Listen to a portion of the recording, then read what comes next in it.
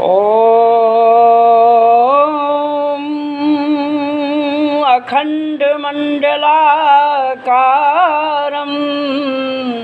व्याप्तं येन चराचरं तत्पदं दर्शितं येन तस्मै श्रीगुरुवे नमः। सद्गुरु अखंड है, अनंत है, अनादि है।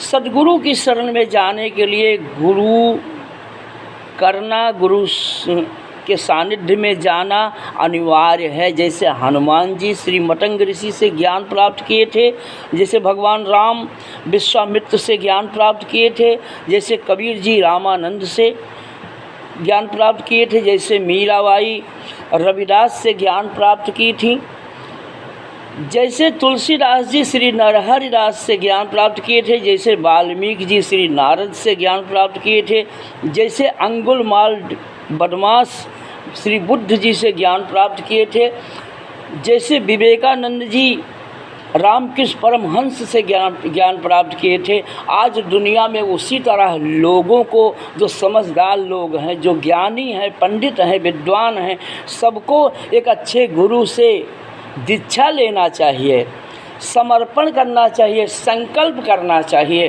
संकल्प से चेतना का विस्फोट होता है, परमात्मा की ज्योति प्रकट होती है और उसको ज्ञान प्राप्त होता है। गुरु के बिना सद्गुरु की कृपा असंभव है प्राप्त होना,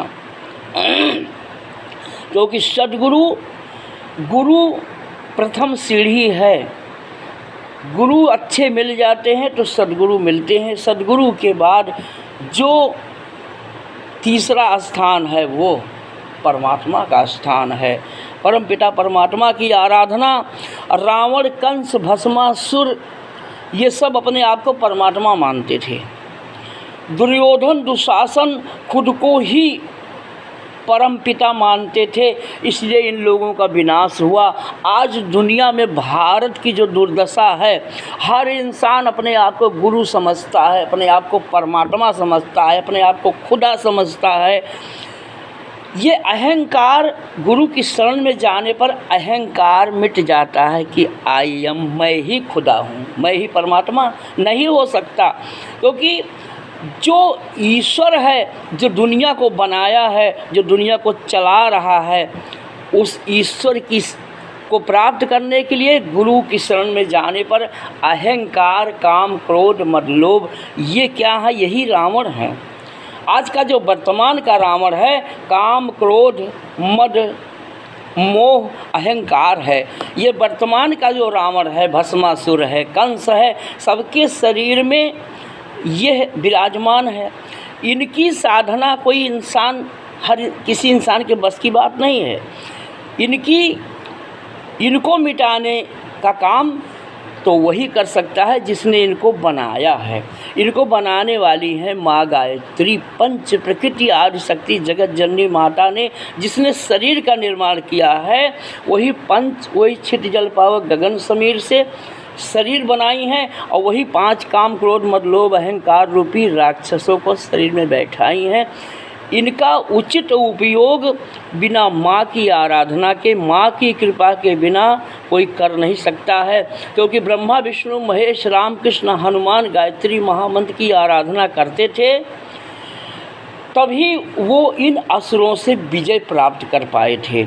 आज लोग गायत्री मंत्र की आराधना नहीं कर रहे हैं, इसलिए पूरे भारत का ही नहीं, पूरे विश्व का विनाश होने वाला है। अगर विश्व विनाश से बचाना है तो भारतवासियों से मेरा रिक्वेस्ट है कि सबको गायत्री मंत्र जपना ज़रूरी है, बहुत अनिवार्य है। क्योंकि 2024 ये सतयुग की वापसी है और जो विद्वान हैं, ज्ञानी हैं, पंडित हैं, ब्राह्मण हैं, साधु हैं, संत हैं, इस रहस्य को समझ जाएंगे, उनका कल्याण होगा, अन्यथा बचना असंभव हो जाएगा। क्योंकि इस 2024 से 25 तक इतना महामारी फैलेगी, एक दूसरे को काटना, मारना, खाना पी शुरू हो जाएगा। और दुनिया की रक्षा अगर कोई कर सकता है तो जिसने दुनिया को बनाया है, वही इस दुनिया की रक्षा कर सकता है। ओम